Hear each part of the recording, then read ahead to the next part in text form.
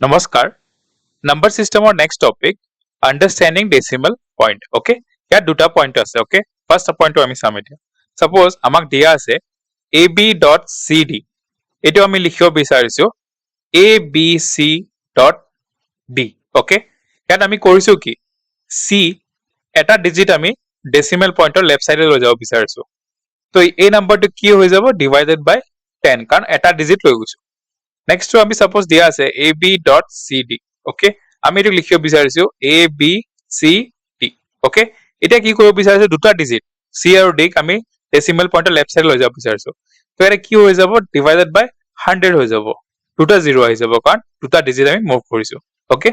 Example চাওক এটামান. Suppose আমাক দিয়া আছে 1.23.